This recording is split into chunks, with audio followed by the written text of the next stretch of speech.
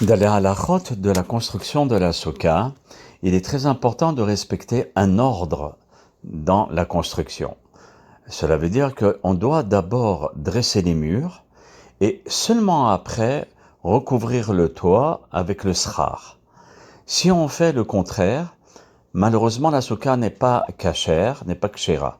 Il faudra retirer le srar et recommencer la construction de la souka, ça veut dire de remettre le srar convenablement. De même, la souka doit être constituée de 3 parois et d'un toit.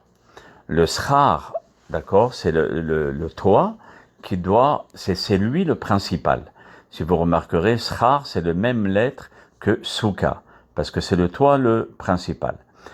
Les parois, par contre, peuvent être en n'importe quel matériau, à condition qu'elles soient suffisamment stables pour résister à un vent normal. Si c'est rien que des draps qui flottent comme ça, même avec un vent normal et que ça tombe, etc., c'est pas cachère. Et même si l'on tend correctement les draps et qu'on les attache fortement à l'armature, en essayant vraiment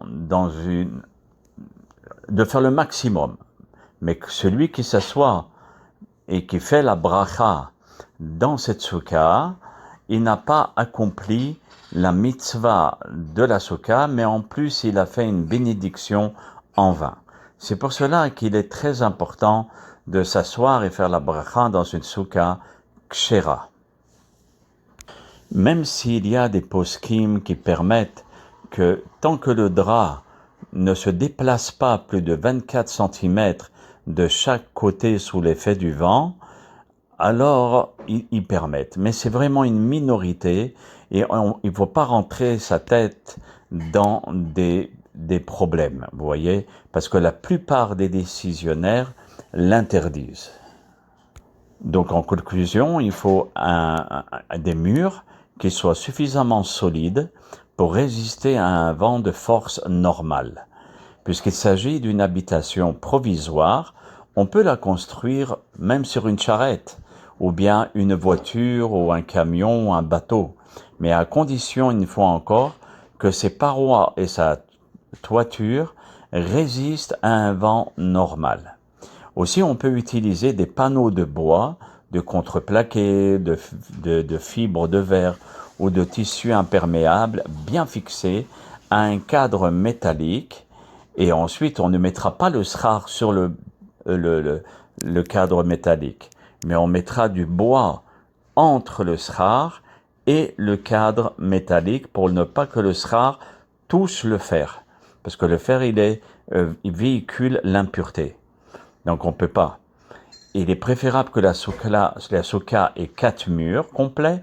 S'il a 3 ou bien 2 murs, et la partie d'un troisième, c'est-à-dire 2,5, on va dire, au minimum de 8 cm de large, elle sera cachère. On peut aussi très bien utiliser des murs existants, comme ceux de la maison ou du garage, pour servir de parois à la souka.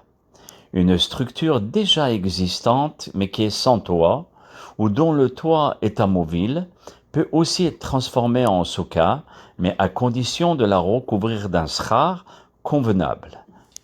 En ce qui concerne toutes les références, il est préférable que je ne les donne pas dans un reel audio, mais plutôt que vous puissiez marquer souka dans le site, et là vous avez toutes les références de chaque halakha que je vous transmets.